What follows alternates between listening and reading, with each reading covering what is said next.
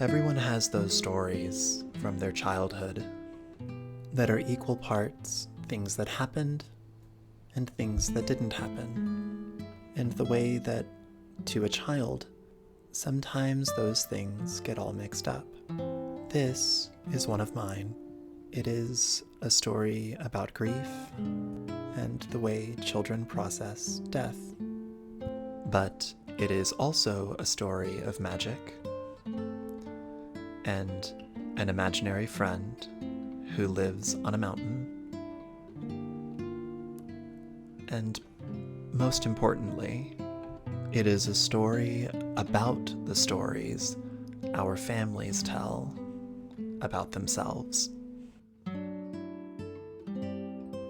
This is the story of Grandpa Ship.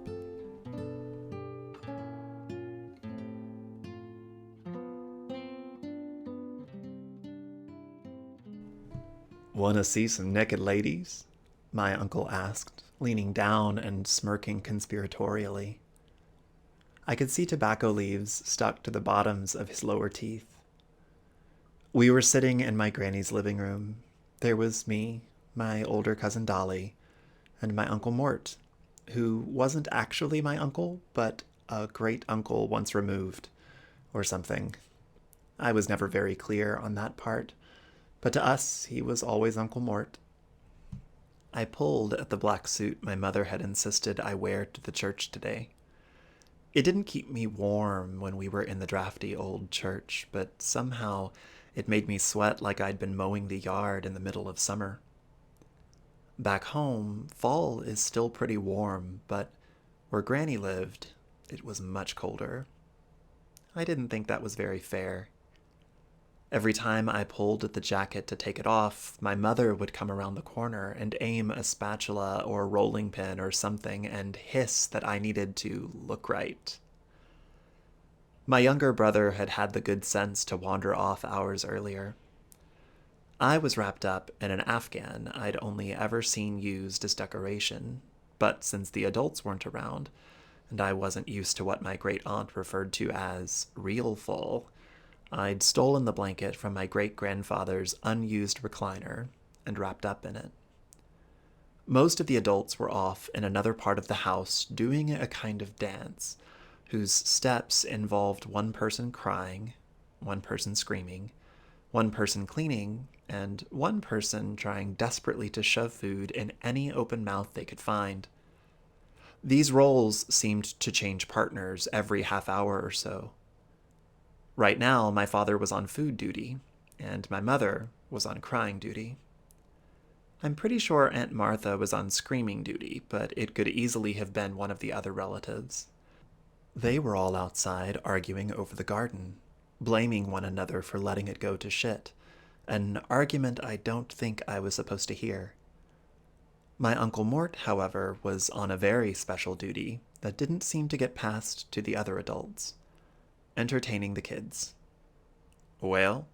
Uncle Mort asked, leaning in closer and adding a series of waggling eyebrows to his tobacco-filled smirk. Dolly looked up from her book. "Gross, Uncle Mort. He's just a kid."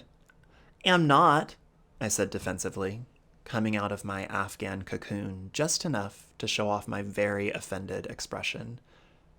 Dolly had turned 16 this year, and ever since she'd been allowed to drive, she'd decided that I was a kid, and no longer worth her time.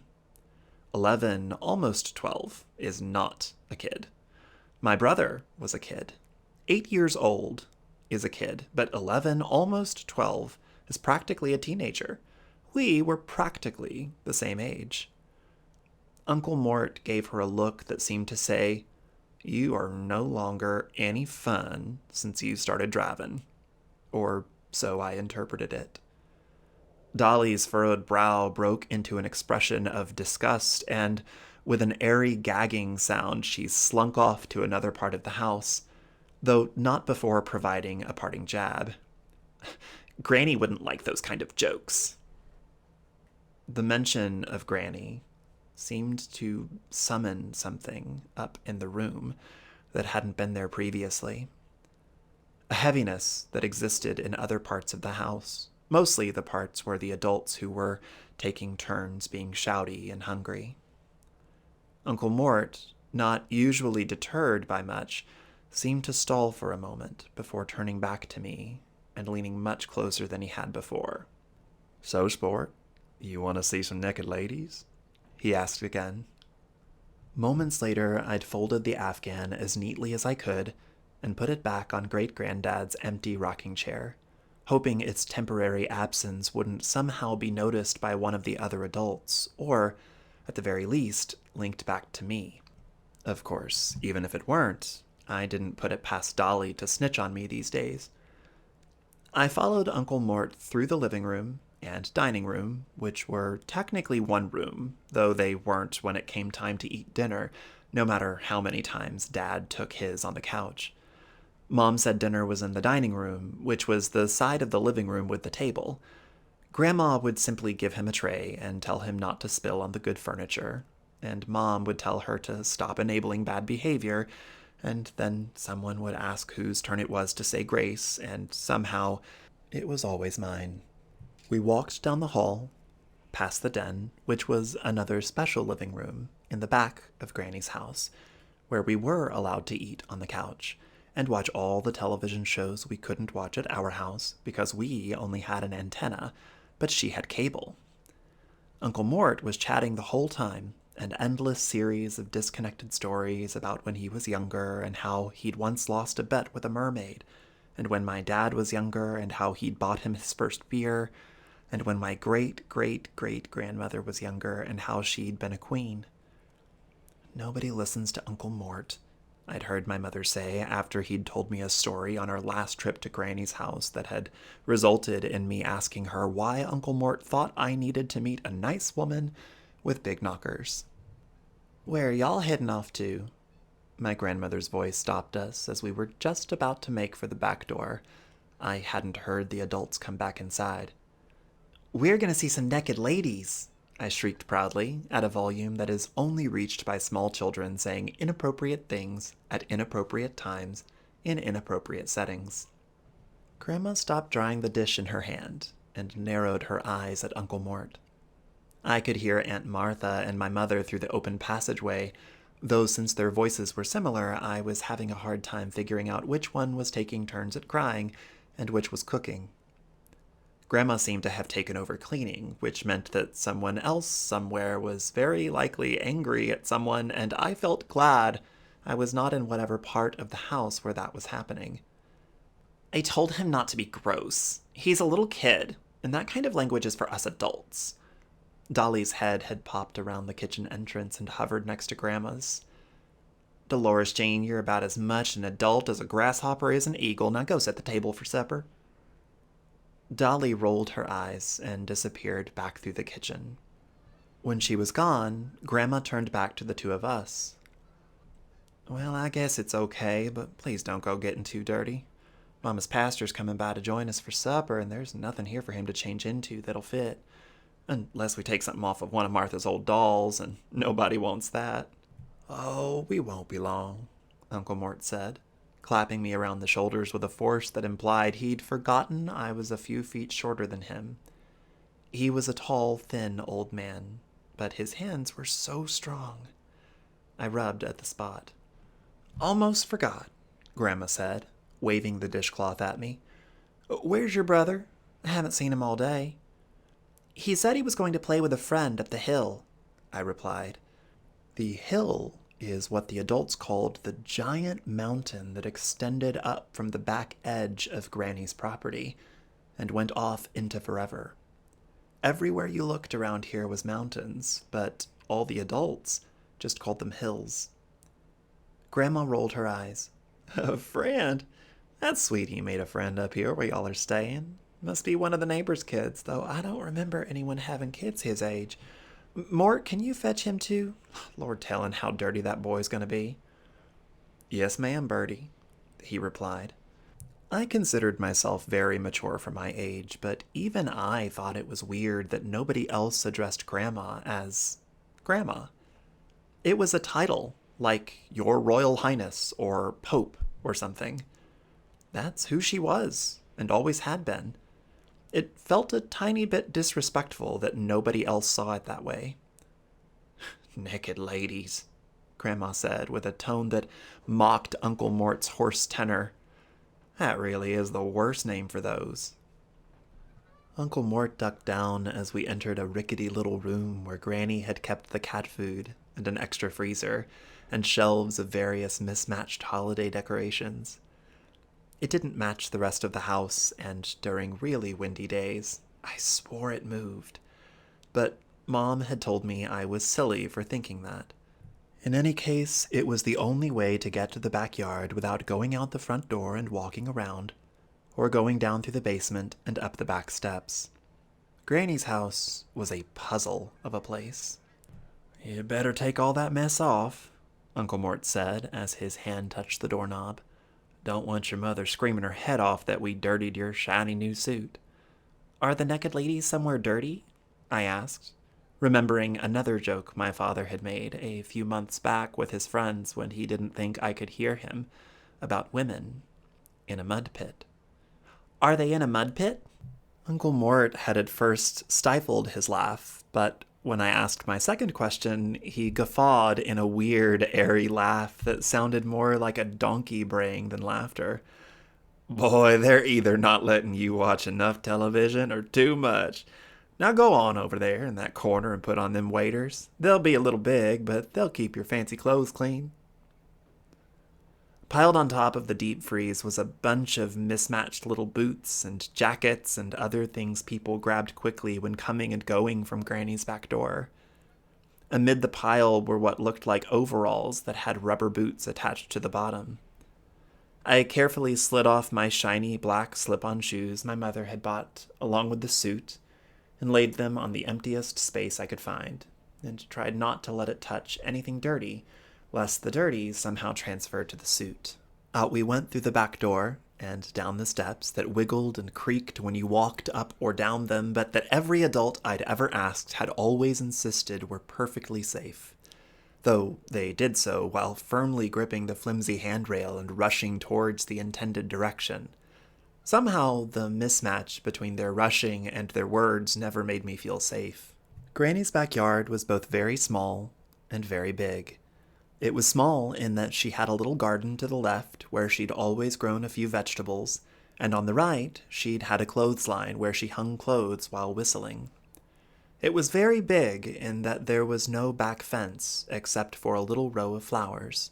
Once you stepped over them, the ground quickly became the foot of the mountain, stretching up and out into a sky filled with trees so close together I'd had to ask if mountains changed color when I was much younger, my brother's age, because it never looked the same way twice. Green, yellow, red, black, depending on the season. "Help me whistle up the wind to get these clothes dry before supper," Granny had said to me with a wink a few summers ago when I'd come to stay. "What's that mean?" I asked. "A good breeze helps the laundry dry, but sometimes the air needs a little direction, so we gotta tell it where to go." She wrinkled her face at me in a grin that came up from her chest and held my hand, turning us both to face the shirts and socks and pillowcases all hanging wet and limp on the line. "Like this." She pursed her lips and gave 3 quick whistles. They were airy, yet musical, flipping up at the end as though the note was leaping into the sky. I followed suit, or tried. I puckered my lips and sort of spat and sputtered as I tried to imitate her deft tones. Nothing happened. I felt her hand, her skin soft and smooth and a little loose with age, but strong, from years of kneading bread and yard work. Where our hands met, I'd sworn there was just the slightest tickle, like when the sprinkler is on in the backyard, and a bit of the mist lands on your skin unexpectedly. Then the wind picked up. Nothing dramatic. The furniture didn't fly away. If I'd been wearing a hat, it wouldn't have abandoned me, but it was enough that all the wet fabric billowed slightly and floated into the breeze. I tried that trick, must have been 1,000 times since then. Usually in the bathroom with my freshly damp towel after drying off, since we didn't hang clothes to dry because we had a dryer and weren't mountain folk, my mother had said. It never worked. I assumed Granny had been tricking me. The wind has to come sometime, after all. All right now, close your eyes, Uncle Mort insisted, putting his hand over my face before I had a chance to obey. Are the naked ladies close? I asked, confused as I didn't see any way I could have missed a whole gaggle of women without their clothes on anywhere near my great-grandmother's backyard. Maybe they were up in the mountains somewhere? Just close 'em. His hand stayed over my eyes as we stepped together farther and farther into the grass. When you can't see where you're going, it starts to feel like your steps are taking you miles away from where you started. And in that moment, that's how it felt. Uncle Mort's hands were also strong, much stronger than Granny's. When they held something, it was always firm. I couldn't see any light peeking through his long, thin fingers that wrapped around my face. Step, step. Oh, watch out for the puppy doodle.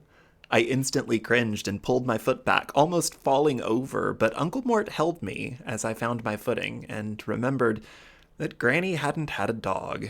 Therefore, there could not have been any doodle of any kind.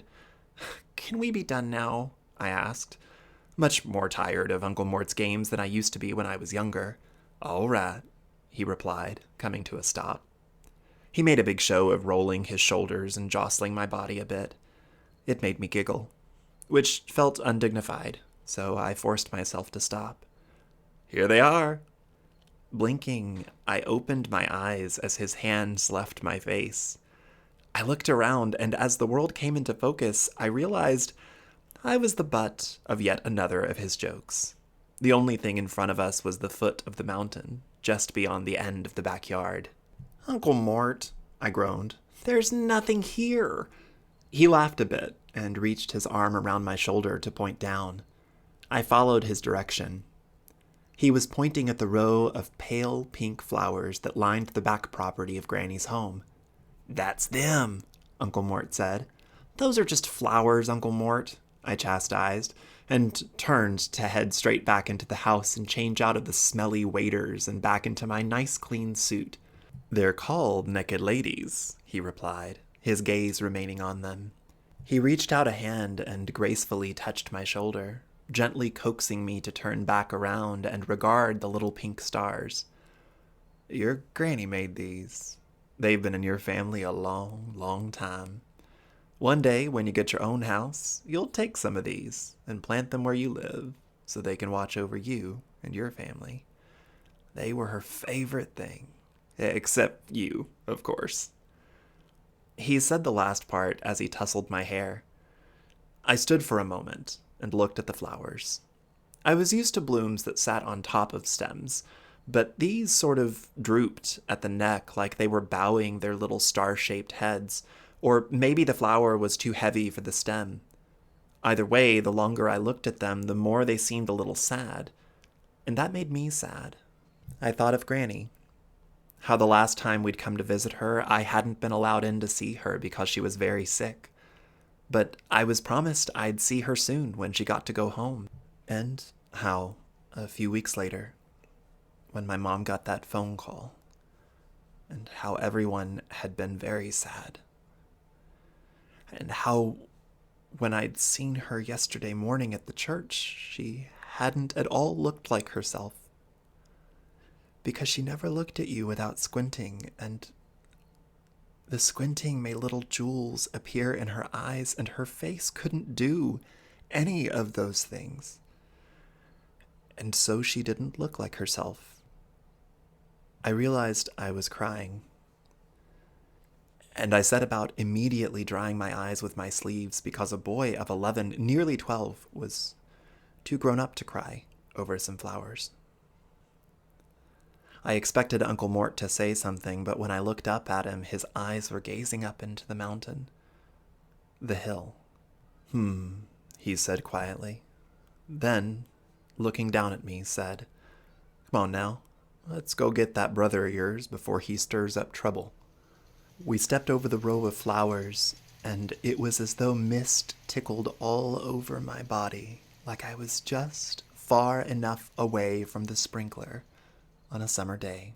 The feeling passed as quickly as it had come, and I thought no more of it. That wasn't a very nice trick, I said, for want of something to say as we crunched our way through the leaves and started up the hillside. Trick? Uncle Mort echoed distantly. Then, realizing I'd said something, replied, You mean them naked ladies? That's what they're called. Nuh-uh, I chided, because there was no way on earth that was the real name of a real flower. Yes, huh? He replied, moving lower limbs out of the way and making a path up to where my little brother and I used to play together. Flowers have all sorts of names, and all sorts of stories about how they got those names. I liked stories. The one thing my family did well was tell stories. Everyone was so good at it. After I'd turned 10, I was allowed to stay up 30 minutes later than my little brother, and it was like a whole new hidden world had opened up to me. I could tuck myself into the corner and listen to my father or my aunts or my grandmother tell all sorts of stories. They were always so much funnier or sillier when they were telling stories than they were at other times. It was like seeing someone without their glasses, a hidden self that doesn't fit how you think they look, but feels more true. So, what's the story of those flowers? I asked, certain there wouldn't be one. Those flowers? He asked, picking me up swiftly and stepping over a rotten log. Snake.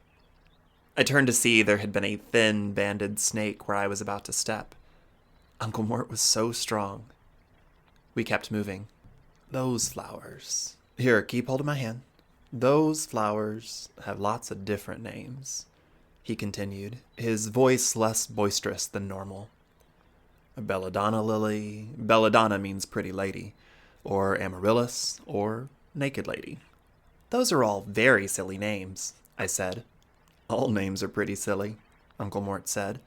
They're just things someone made up and other folks went with it, 'cause it's easier than thinking up something new. I considered this for a moment, and then asked, Do they all have the same story? We walked for a beat in silence before he answered. In a way. The name Naked Lady... Naked Lady is 'cause it blooms real late in the year after all the rest of its leaves die back. So it just stands there, all pink and pretty, without any leaves to cover it up. Oh, that actually makes sense, I said, thinking that sounded quite sensible once it was explained, though I didn't know why it being a flower made it a lady. But it's still a silly name. Uncle Mort laughed quietly. He was standing straight and tall. Usually he was off in a corner telling his stories to the aunts and cousins, hunched over and old. I knew he was tall, but he seemed much taller out here, walking next to me. However, the sun was beginning to set, and that made things look different, so I decided it must be shadows and angles and something to do with math I hadn't figured out yet. What about the other names? I asked, stepping over a large root that arched itself out of the ground. Belladonna is because it belongs to a whole family of plants with that name, he responded. Like cousins and aunts and stuff? Like cousins and aunts and stuff, sure. And they're all pretty poisonous, so don't go eating them. But if you believe in some of the stories, they're all more or less magical. Now he had my full attention. Magical? Those flowers can do magic? Who knows? He said with his big hoarse laugh. In some stories, belladonna could help you fly. In others, a lady might be able to make herself look real pretty for a time, or you might send bad people away. They're even tied up with the fates. But like I said, it's all stories. We'd reached the part of the mountain where I'd expected to find my brother. There was a downed tree we called the skiff, because when we discovered it with my dad years ago, he said it looked like a little boat. We always used to come up here to play pirates, or we did when I was a kid. I didn't do that kind of thing anymore. When he wasn't there, we started calling his name, and looking around for him. But Uncle Mort didn't let go of my hand. "Do you think he went back to the house?" I asked finally. "Maybe," Uncle Mort replied. We were leaning against the roots of the tree, the bow of the skiff, and looking off into the trees around us. "Uncle Mort, where do you think Granny went?" I asked quietly, surprising myself. I immediately wished I could grab the words out of the air. Like, if I reached quickly enough, I could pluck them and stick them in my pocket before they made it to his ears. It was a very silly question. Death had been explained to me by my mom and dad. Granny had gone to sleep, and she wouldn't wake up. But she got to be with everyone who came before us in a good place. I thought all of that was very silly as well, because why wouldn't she just wake up and be with us and make us biscuits and gravy and knit blankets and do all the things we liked to do together? But then Jasmine, a girl at school, had told me that death was about bodies and systems shutting down, and she knew because her dad had died the year before, so she had experience with these things. "She's wherever you are," Uncle Mort said kindly, and he left it at that. And I was grateful. We decided to keep looking for my brother, concerned that he might have gotten hurt or lost. So we went farther up the mountain. The sky turned from blue to gold to pink as the sun started to go down. Uncle Mort started telling me more family stories, like how my mother had been a very good swimmer when she was younger, and how that kind of thing ran in the family as far back as he'd ever known. It was funny, because the way he talked, sometimes it sounded like as far back as he'd ever known was a very, very long time ago. Shadows started doing funny things with angles and math again. Some of them looked like people, and some of them looked like other things, with eyes and teeth. Uncle Mort held my hand firmly, though, so I was never scared. Eventually, one of the shadows ahead that looked like a person was a person. "Now, boy, you 'bout scared me half to death, and that ain't no easy thing to do," Mort howled as my little brother came wandering into view. "Hey, Uncle Mort," my little brother said, hopping forward playfully. He was filthy. Clearly, he'd found every puddle of mud and rotten log on the mountain and rolled around in all of them. "What were you doing all the way up here? Your mother's gonna tan your hide when she sees the state of them clothes." "I was hanging out with Grandpa Ship. We went all over the mountain, and he showed me—" "Who?" Uncle Mort interrupted. "Someone up here with you?" My little brother turned around as though looking for someone he very much expected to be standing behind him. Confused, he turned back to us. Grandpa Ship," he said, as though that was all the explanation we were going to get. "We don't have a Grandpa Ship," I said. "Yes, we do. He took me out on the skiff, and then we went up the mountain, and—" "We don't. You don't have a Grandpa Ship," I said, trying to shape the words so that they felt pointed. Uncle Mort, who had been staring into the distance behind my brother without blinking, relented and coaxed us both to calm down. "Let's just get you boys back home before we all get eaten up." All the way down the mountain, my little brother, hand firmly in Uncle Mort so he wouldn't wander off again, regaled us with stories about Grandpa Ship. He had sheep. He knew all sorts of plants. He could lift boulders, except nobody around here had any kind of farm with animals on it, definitely not sheep. And as far as I had ever seen, there weren't any boulders on the mountain either. Not even any very large rocks. Just a few big trees. Every time I asked a new question about this supposed grandfather of ours, he had an answer. Uncle Mort, for his part, simply listened as I asked, and he answered, sometimes chuckling, but mostly looking out for the path ahead as the light was getting dim. "If he's our grandfather, then one of our parents would be his child," I said as we neared the bottom of the mountain. feeling very satisfied with myself. So which is it? Is he Mom's dad or Dad's dad? There was no answer. I could see from the side of his face, visible in the dim light, that he was considering the question deeply. Finally, he replied, I forgot. I felt very satisfied with myself, as I took this non-answer as confirmation that I had been right all along, which was secretly my very favorite thing in the world. I didn't often get to be right around Dolly anymore because she was in high school, and in high school you learn about biology and chemistry and history and some very hard math called physics, and you even get to perform surgery on dead animals like frogs and cats. So you knew pretty much everything a person needed to know. And I never got to be right with Mom or Dad or Grandma or Aunt Martha or even Uncle Mort, because they had already been to high school and had known everything for many years. But I knew more than my little brother, and that, sometimes, meant I got to be right.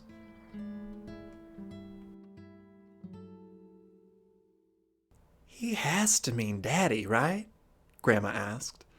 It was a few hours later, after dinner, but before bedtime, and everyone had crowded into the den. My little brother had told the adults and Dolly all about Grandpa Ship, and after his insistence that he was real, everyone had begun a kind of guessing game trying to figure out on which family member he'd based this new imaginary friend. They had immediately ruled out his teachers, as the only male teacher he'd had was in preschool, and that man had been very young and worn painted nails, and did not fit any of the descriptions my brother gave. Nor could it have been a neighbor, as none of our neighbors back home were old, except for Mrs. Latham, who sat out on the porch and smoked cigarettes and painted watercolors. How could he remember Granddad? Mom replied. He was only, 2 or 3 when he died? There's no way. Kids remember more than we think, Dad said. There was a story just a few weeks ago on the radio where they did studies about children and memory. Since the way our brain remembers is similar to how the imagination works, those memories could get expressed through things like imaginary friends. That's why false memories are such an issue, because our brains can tell us stories about ourselves that didn't happen. But the truth is in there somewhere and can get brought back up after a major event. Like a death? Aunt Martha offered, and the room went a bit quiet and sad. Mom looked over at Dad with a sly expression and then made her fingers mimic eyeglasses that she held to her face. Then she said in a funny professorial voice, A child's brain has 50 million neurons, and each neuron holds exactly 3.2 memories. And did you know that there are entire sections of the brain dedicated to remembering how to poop? Everyone laughed. The momentary sadness broke as quickly as it had come. What do you think, Mort? Grandma asked, still chuckling a bit to herself. Gotta be Daddy, right? Uncle Mort was in his usual position, hunched over in an overstuffed chair covered in quilts that was tucked in the corner next to the built-in space heater. He'd been quiet during most of the conversation, which wasn't unusual for him. He only really came alive when he was telling one of his stories. He had his scruffy chin in his right hand and was looking at my brother in the center of the room. He seemed to take a moment to consider the question, then leaned in. The rest of the family also leaned in, ready to hear his thoughts. Then he said in his low, hoarse voice, I ever tell y'all about how I had a little thing going on with a sexy little nymph who lived down by the river? Mort!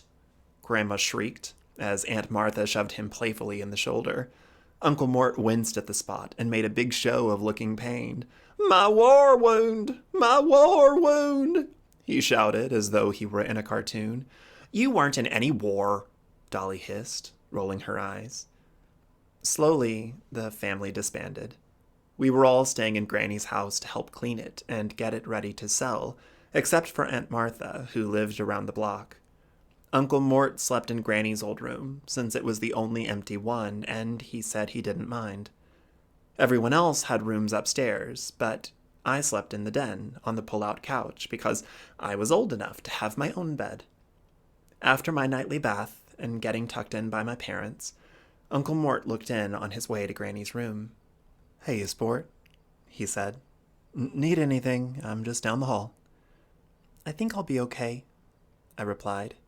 Then, as he turned to go, I thought again and asked, "Uncle Mort?" "Hmm?" "What was the other story?" "Other story?" "Yeah, you told me about how one name for Granny's flowers is 'cause of the dead leaves it has, and one is 'cause of its family, but what was the other one? The Mummirillus?" "Amaryllis," he said slowly. Uncle Mort came in and sat down on the corner of the pull-out mattress, folding one of his long, bony legs up in front of him. That story is sad." I pulled myself up onto the back of the couch, ready to listen. Saying nothing, I waited until he continued. As he began to tell the story, his low, hoarse voice became clear and deep. "A long time ago, there was a mermaid, a child of the Sea King. She loved to swim close to shore on sunny days. One day, she saw a young man, a shepherd, and she fell in love instantly. She waved to him, and he, resting on a rock, gazing at the flowers on the hillside, waved back. She used her magic to walk on land and introduce herself to him. But the young man wasn't interested in her. He had seen mermaids before, and he didn't think one more was anything special. The mermaid was sad, but determined to win his favor. So she asked what he would find special. He told her he wanted to see something beautiful that nobody else had ever seen. The mermaid went back to her home in the castle of the Sea King and thought long and hard, but couldn't think of anything that matched what the young shepherd might want. She could raid her father's treasure chamber for lost jewels or pearls the size of your fist, but if he hadn't thought a mermaid was special, surely he wouldn't think jewels were either. She asked her sisters, but none of their suggestions seemed to fit. One recommended drowning him, but that was her answer to everything. Eventually, the mermaid decided to ask a fortune teller, who gave her an arrow that had once belonged to the trickster god of love, and told her to prick herself just over her heart. She would have to do it every night from one full moon to another, but on that final night, she would have her answer. The mermaid did as she was told. She took the arrow and used her magic to walk on land, and crept to the home of the shepherd, and, while gazing at him through his window, pierced her skin. Since she was a child of the Sea King, her blood had magic in it, and it sparkled in the moonlight as it dripped to the earth below. Being a goddess, even a minor one, her wound healed immediately, but left a tiny scar that glowed with moonlight. This was the way she spent her days. When the sun was high, she went to the shepherd as he tended his flock, who turned her away, becoming crueler each time.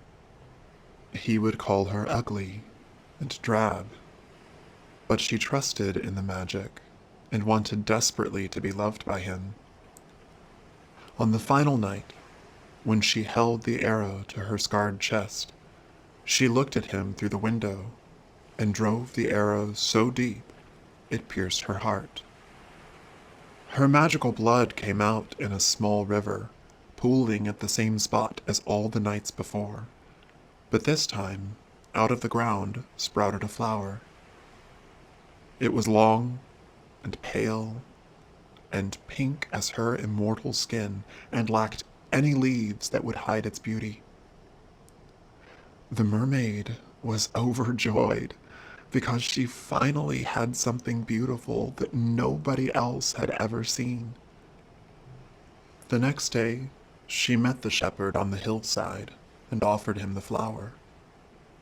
He said that even though she was still plain and ugly, that this flower was beautiful, and offered to marry her now that she had proven herself worthy of him. However, the mermaid paused and realized she was a goddess, a child of the Sea King. And it was he, the shepherd, who should have been working to win her favor. Being rebuked by the mermaid inspired obsession in the shepherd, who begged her to be with him. But his actions spoke louder than any promise of love. Angry at being made a fool, she went to her sisters for help, but they laughed and said, "This is what she got for falling in love with a mortal." She went to her father, who was furious at how she had scarred her immortal flesh for a simple shepherd.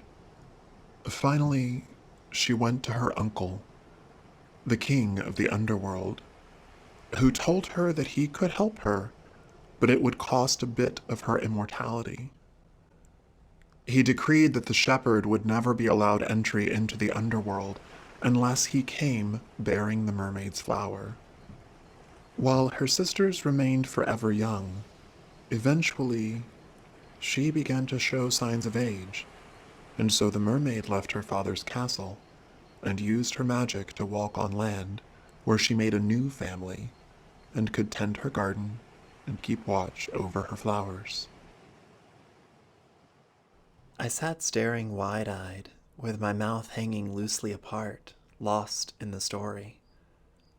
Uncle Mort's stories were usually shushed by the other adults and mostly involved descriptions of women he had known over the years or jokes that made my parents groan. I never fully understood the jokes, but I knew I was not supposed to be hearing them, and that made me love them, and love all the more when he got to the punchline. This story wasn't like anything he'd ever told me before. While he told it, his back had straightened up, and he looked long and tall and imposing like he had on the mountain where shadows did funny things with angles. But there were no shadows here. The moment he finished, however, he sunk back down into his usual hunched old self. "Is that true?" I asked, yawning, my eyes suddenly heavy with sleep. "Oh, I dunno," he replied, his voice back to its usual hoarse twang. "It's your granny's story. She's the one told it to me. I'm sure I left a few bits out, but that's how I remember it. Now you go and get some sleep." He leaned over and patted my head, then rose to find his way to his borrowed bedroom.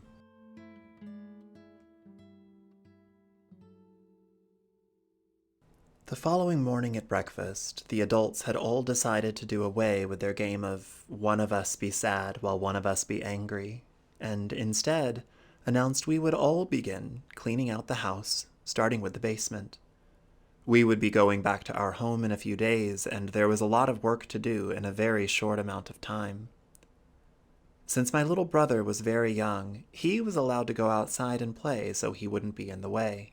Before he left, he filled one of Granddad's old metal lunchboxes with leftovers from breakfast, announcing he was taking it to share with Grandpa Ship. This got mostly chuckles from the adults, who all joined in to tell him to have fun with his imaginary grandfather, and to be careful about going too far from the house. Once he'd left, Dolly made a joke that at least he wasn't going to an imaginary strip club, which made my dad laugh, but everyone else shot Uncle Mort a look and said he was on time out from telling us kids any more stories, as he was clearly a bad influence.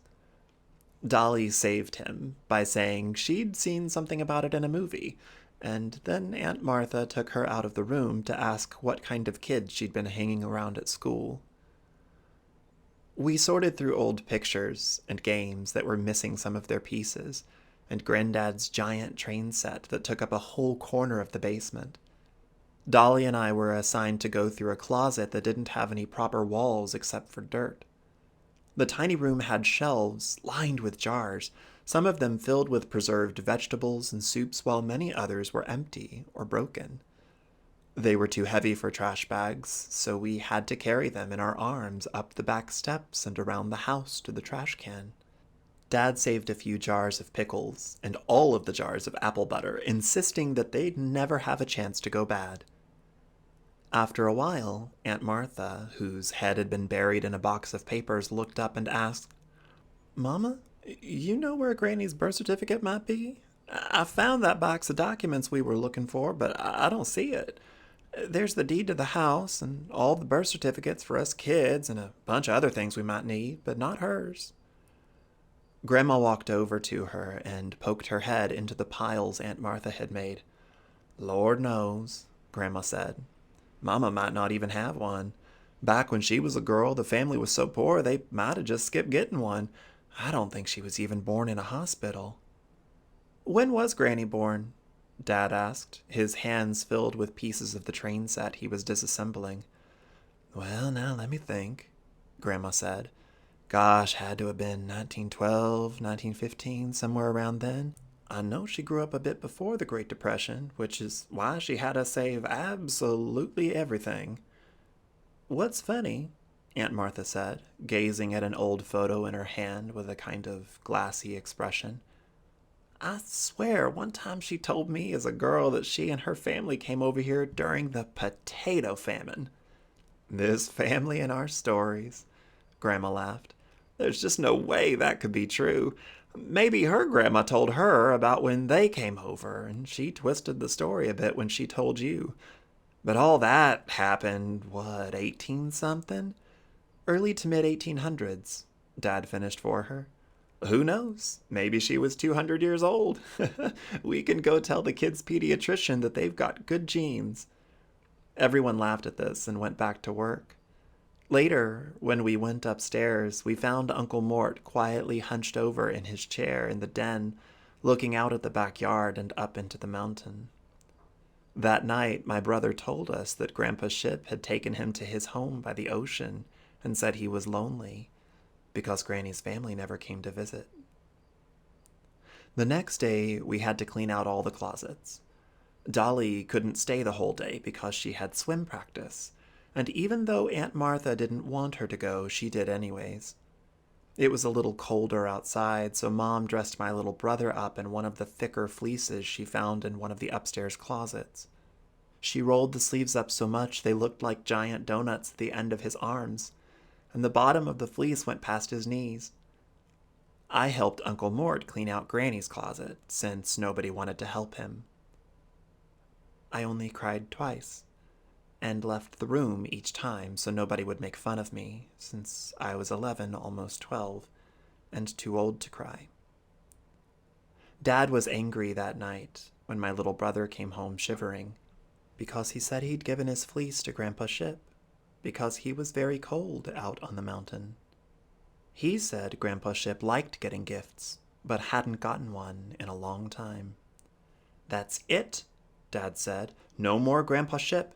You don't have another grandfather. You need to grow up and stop this imagining. You could have caught your death out there." My little brother had cried, and Mom scolded Dad for being too harsh, though after my brother went upstairs to sleep in the little bed made up in the room he shared with our parents, my mother said she agreed with my father and thanked him for saying something. Grandma took up some chocolate chip cookies later, which I didn't think was fair because I had cried today too, and would have liked cookies. But since nobody had seen me, and I was supposed to be too old to cry, I didn't say anything. The third day, I was sent outside to play with my little brother, to make sure he didn't wander off again. We were to stay in the backyard, behind the line of flowers, and not go running off up the mountain. When we went outside, we found the missing fleece laying in one of the flower beds. Dad said my brother needed to quit making up stories, but Mom said it was because Granny was watching over us and didn't want him to be cold. Everyone else was cleaning out the kitchen and deciding what furniture would go to which relative, and what furniture would get donated to the church for charity. My little brother and I tried to play pirates, but it didn't have the same fun it did when I was a child, and eventually we fell into silence as he quietly played off near the row of flowers, and I sat next to the basement door waiting to be called for supper. Hours passed, and eventually, Dolly came around to tell me that the adults wanted me back inside to take her place, clearing out the kitchen cabinets, because she had swim practice. I looked back at my brother to make sure he was staying put, and found that he'd picked one of the long, pink flowers, and was using it as a sword. A few minutes later, I was pulling out mixing bowls from the lower cabinet next to the oven when Aunt Martha came in, asking why Dolly wasn't in here working. She balled up one hand into a fist and slapped her thigh with the other. "I specifically told that girl no more swim practice while we're on bereavement. There's too much to do." She left the kitchen quickly and tore off into the house. I guessed to find her phone or her keys so she could go get Dolly.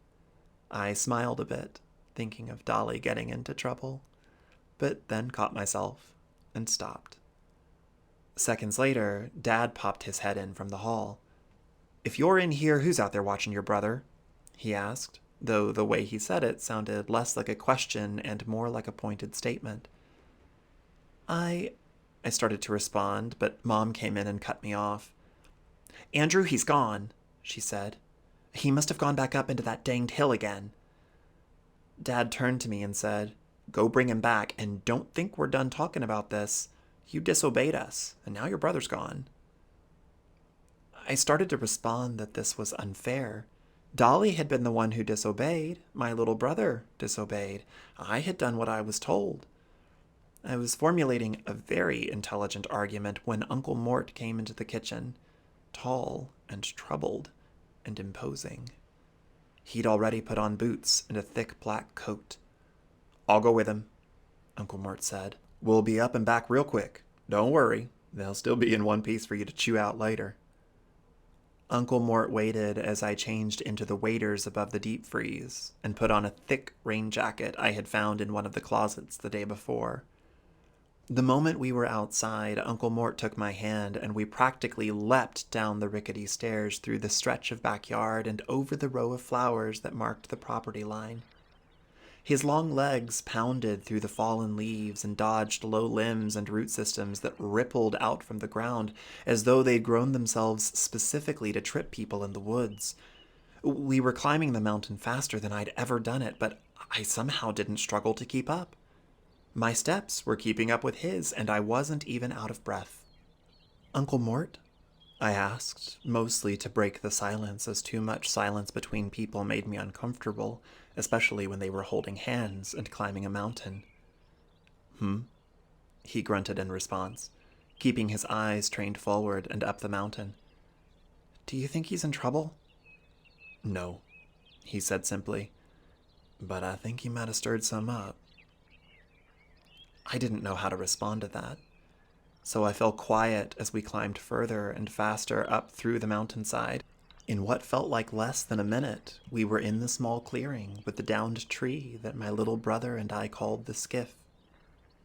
We found him standing there. He was holding a flower in his hand, the flower he'd taken from Granny's backyard and used as a pirate sword earlier that day. He was pointing it at a man whose hand was reaching out to take the stem. "Stop!" Uncle Mort yelled as we stepped closer. His voice was deep and clear and booming, and when he spoke it was as though all the sounds in the woods on the side of the mountain stopped as well. There were no birds chirping in the distance, or the sounds of animals crunching unseen through the leaves. Everything was still. Everything was quiet. I looked up at Uncle Mort, who still held my hand, and was shocked at what I saw. It was Uncle Mort, but his face looked much younger. He looked like he was Dad's age. His hair was thick and black and curled long down the sides of his face. His jacket also did not look like the same old barn coat it had been, but a cloak that was fastened with something silver near his neck that could have been a coin or a skull. I couldn't tell what. I did not know what was going on, but now did not seem like an appropriate time to ask questions, so I looked back at the man standing next to my little brother. The man was tall, but not as tall as Uncle Mort. He looked older than Aunt Martha, but younger than Grandma. He had short brown hair, peppered with gray, and a tight beard to match. He looked big enough that I believed if he'd wanted to, he could have lifted the skiff right up over his head. He leaned down to my brother and asked, "Who do we have here?" "That's my little brother," my brother responded, pointing. "And that's Uncle Mort." "Uncle Mort," the man echoed, stretching out the word uncle. "Who is that?" I asked, surprising myself. The question hadn't been directed at anyone, but my brother answered. "It's Grandpa Ship," he said excitedly. The man laughed hollowly. "He keeps saying that," he said, not breaking eye contact with Uncle Mort. "I told him I was your granny's first love, and then he heard shepherd and kept saying ship, and the whole thing just spun off from there. Kids." Must be your accent. You're not from around these parts, Uncle Mort said. He was stern. Nothing like the dirty joke-slinging uncle I'd always known. You should go back where you came from, Alteo. This mountain isn't your home. "Oh, come on now, Mort," the man said, spitting out my uncle's name. His hand was resting on the trunk of the skiff, but when he said Uncle Mort's name, his fingers flexed in frustration, and the entire tree split right down the middle. He took a breath and calmed himself and continued. "When I heard Amma was ill, I had to come see for myself. You can't be mad at me. I've loved her for a long, long time, you know. Kept near her all these years, hoping she'd see sense and change her mind and come home with me. And now she's gone, and I can't even be with her in death because you stuck me like this all over a stupid flower." What you have is not love. It is obsession. It is madness, and despite what you might call it, you harmed a member of my family. Uncle Mort replied. I do not take that lightly, and if you do not leave, you will see the fullness of my displeasure. "No," the man replied calmly, stepping forward and resting his hand on my little brother's shoulder. I looked from the broken tree and back to the man, feeling Uncle Mort's grip tightening. "No, I don't think you will. You can keep me from dying, that's for sure. That's yours to say, but in all my years on this earth, I haven't ever heard tell that you can harm the living. And that's what I am. Living forever in agony because I can't have her. And now you won't let me die." The quiet of the mountainside made me uncomfortable, and whatever was happening here made it worse. I tried looking at Uncle Mort again, but it made my head hurt. He was at once my old Uncle Mort, a man who was at least as old as Granny had been, and had been in my family as long as anyone could remember, wearing his barn coat. But also, he was this younger man, tall and fearsome, with a long cloak clasped in silver. I looked away. "Tell you what," the man said. All I want is the flower, freely given to me by one of Amma's bloodline. If you won't let me have that, I'll take the kid. He's funny. He can keep me company. That is not a gift that is his to give. Uncle Mort replied, then seemed to consider the offer and asked, So what if I let you die? Then what? You would still stand in judgment, and for this and many other crimes you would be sent to Tartarus to remain there for all of eternity. You are a wicked man, Alteo. You will not harm the boy or defy my rules. He is my family too. He will come back with me. The man's fingers tightened ever so slightly in their position on my little brother's shoulder. He flinched and began to cry. I felt safe holding Uncle Mort's hand, but that sense of safety was waning with the concern for what the big man might do if he became too angry. Would he really take my brother? Would he try to hurt us? I wanted to cry too, but I reminded myself that I'm practically a teenager and should face this like a man. Your family, the man spat back. Does your kind really have family?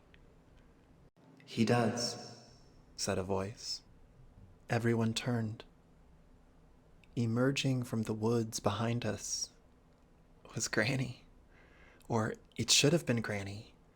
It was Granny in that it looked like Granny, all stooped and old like I remembered her, but at the same time, she looked like a beautiful young woman with long curly hair and freckles across her face.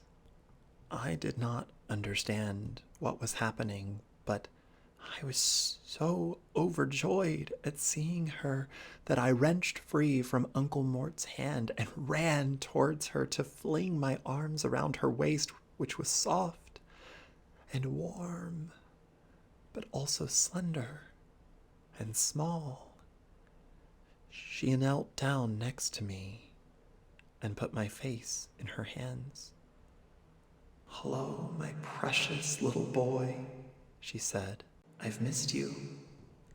"Granny," I whispered in response, unable to keep the tears out of my eyes a moment longer. "No crying," she said.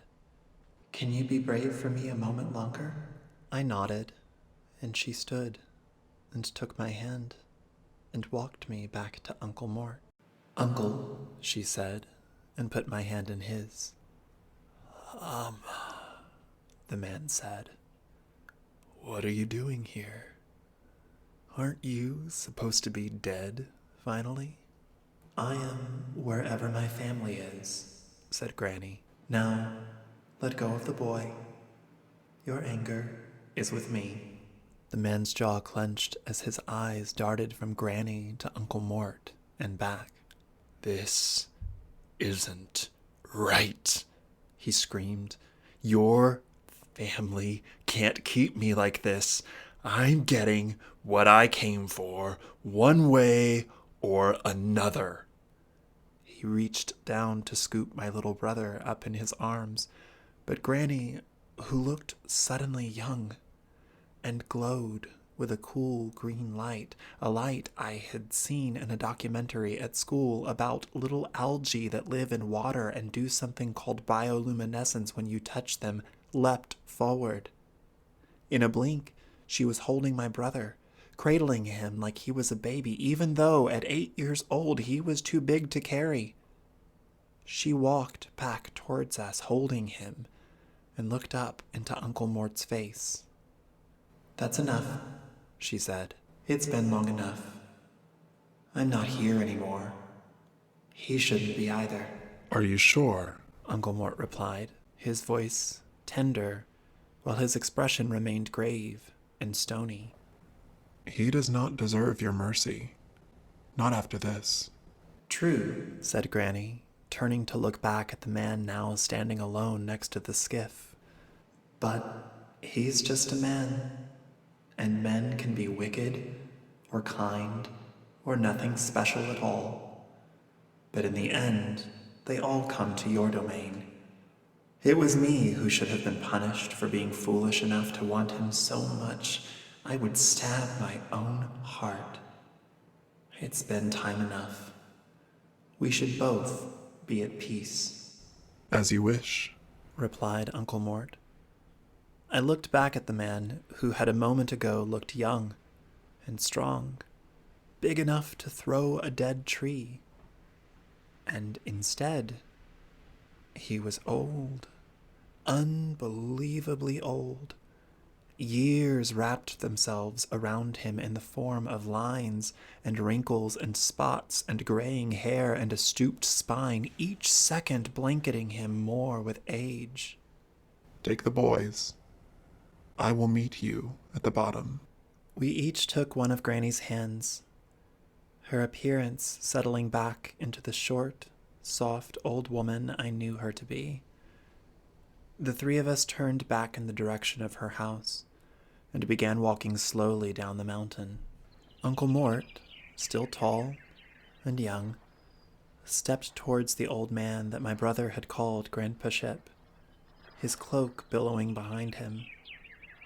He met him, and they both began walking in the opposite direction, and as they did so, it was as though the darkness of the woods beyond became even darker, opened up even wider into a great archway through which was an enormous room filled with an endless number of people, and beyond them were 3 benches that judges might sit at, except they too were enormous. Their size so incomprehensible to me that I blinked trying to focus my eyes, and when I did so, it was all gone. The archway, the people, the benches, the old man, and my Uncle Mort. But Granny was still there. She was old and familiar and warm, though still softly glowing in that gentle green light. All the way down the mountain, she asked us questions and told us jokes. She asked about school and scolded my brother about his grades, but praised him for deciding he wanted to be a zookeeper when he grew up. She told him it would be a perfect fit for him, since he'd always loved animals. As for me, she asked about my stories and whether I'd come up with any new ones. I told her we'd been assigned a mystery project at school, and I was still thinking up a good twist. She told me she knew whatever I came up with, it would be great. She also told me to be nicer to my little brother, as one day it would just be us, until we had children of our own. That being right wasn't as important as being kind.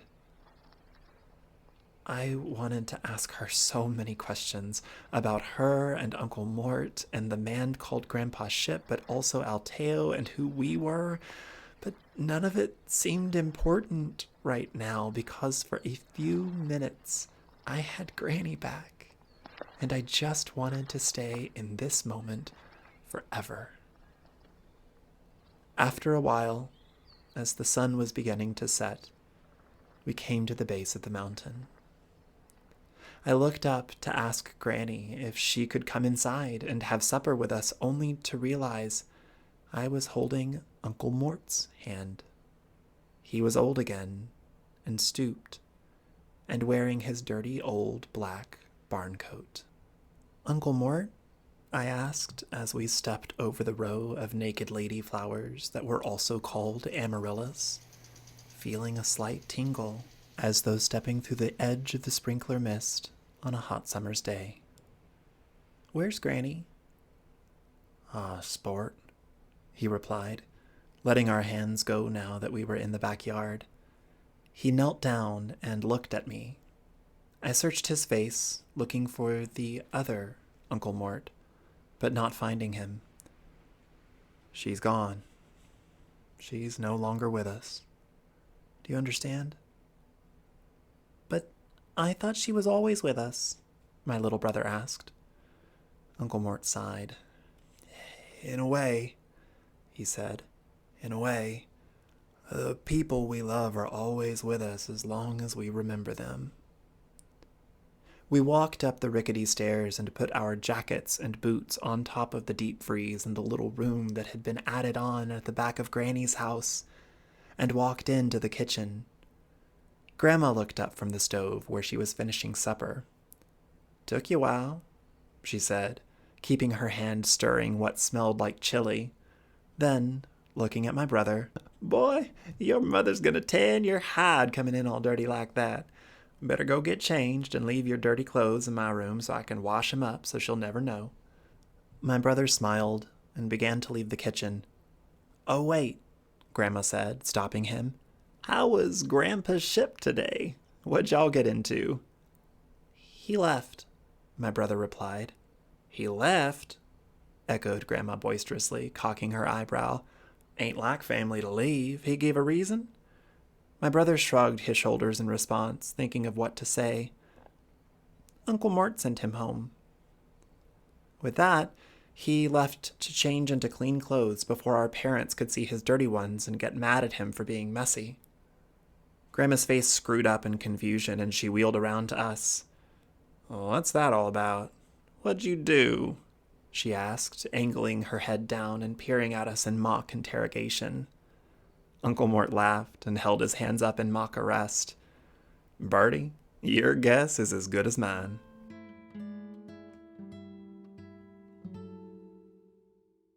I pulled my car into the driveway of my new house.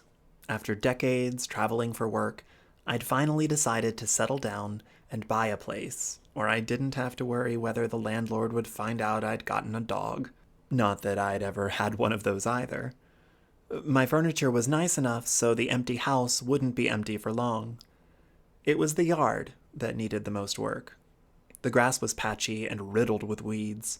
However, there was a nice walkway extending from the street to the front door with a pair of trees on either side of it. I looked at them for a little while and got an idea. "Hey, little brother," I said over the phone when he picked up. "How are the kids?" "You know, I could probably bench press you, right?" he replied with a laugh. "I think you might be the little one these days. The girls are fine. How's the new place? You move in yet?" "Just got here, actually. Moving crew's supposed to be here later today. Carter's behind me with the baby, but they're not far." "Look at you, family man. Never thought I'd see the day." "Yeah, well, had to grow up sometime, right?" "Hey, question for you. You know those flowers Mom and Dad gave you, the ones everyone has from Granny's? You have any bulbs you could spare? I think I'd like to plant a few in my new front yard now that I probably won't be moving for a while." "Aw, man, sorry, no. When we moved a few years back, we forgot to dig them up. That old house is half a state away, and I don't even know the new owners. Why don't you ask Dolly? I bet she has loads." "Yeah, I will," I said, trying to think of the last time I'd spoken to my cousin. Hearing her name and thinking of the flowers made me curious. "Remember that fall? When Granny died?" "Yeah," he said simply. "That was a rough one." "It was," I agreed, but then smiled and asked, "Remember your imaginary grandfather?" "My what?" "Your imaginary grandfather, Grandpa Skip or Ship or something you called him. I remember when we were there for the funeral, you were gone all day, and when you came back at night, you would tell us you were playing with your grandfather up the hill." What is with this family and our little stories? That never happened. I remember Aunt Martha tried to take me to the daycare at the church that first day, but after that, I'd walk down to the park a few blocks away every day while y'all cleaned. I didn't have to lift a finger. "But," I said, trailing off, "don't you remember losing that fleece and getting lost up the hill and we had to go find you?" "The only thing that was lost in those woods was your sense," he laughed. "You were always getting lost up there, and Dad or someone would go out looking and find you reading all those little fantasy books of yours, losing track of time." That wasn't how I remembered it. There was something about a tree. I knew we used to play pirates around it, but when I tried to focus my memory, all the little trips we'd made sort of ran together in a haze. "You know, If Dolly doesn't have the flowers, maybe I could just swing by Granny's old place next time I go visit Aunt Martha, I said. Wonder who's living there now. In Granny's house? Yeah.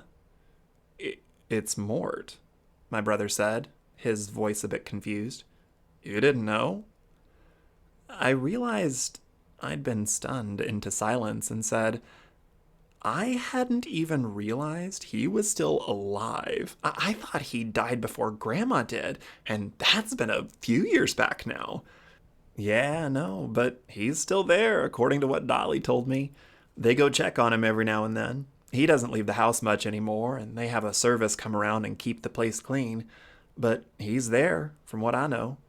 But I thought he was Granny's brother or something, wasn't he? He was older than her, right? How is he still around? I thought the same thing, but nope. I'm not actually sure how he's related to us. He's just family. And he's still there, probably slinging dirty jokes through the window to any kid that walks by. We both laughed at the idea, a part of me wondering if he was still asking people if they wanted to see the naked ladies in his backyard. My brother and I ended the call with promises to get our kids together at the first opportunity, which were becoming fewer and far between as the years went on. As I slid the phone in my pocket, my husband pulled into the driveway next to me with a full car and our new sleeping son. We looked at the house quietly for a while, imagining all the new stories we'd tell inside.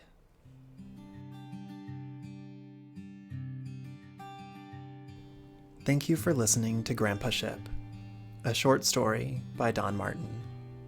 If you like this story, please tell your friends about the podcast Head on Fire, or consider picking up one of his books wherever books are sold.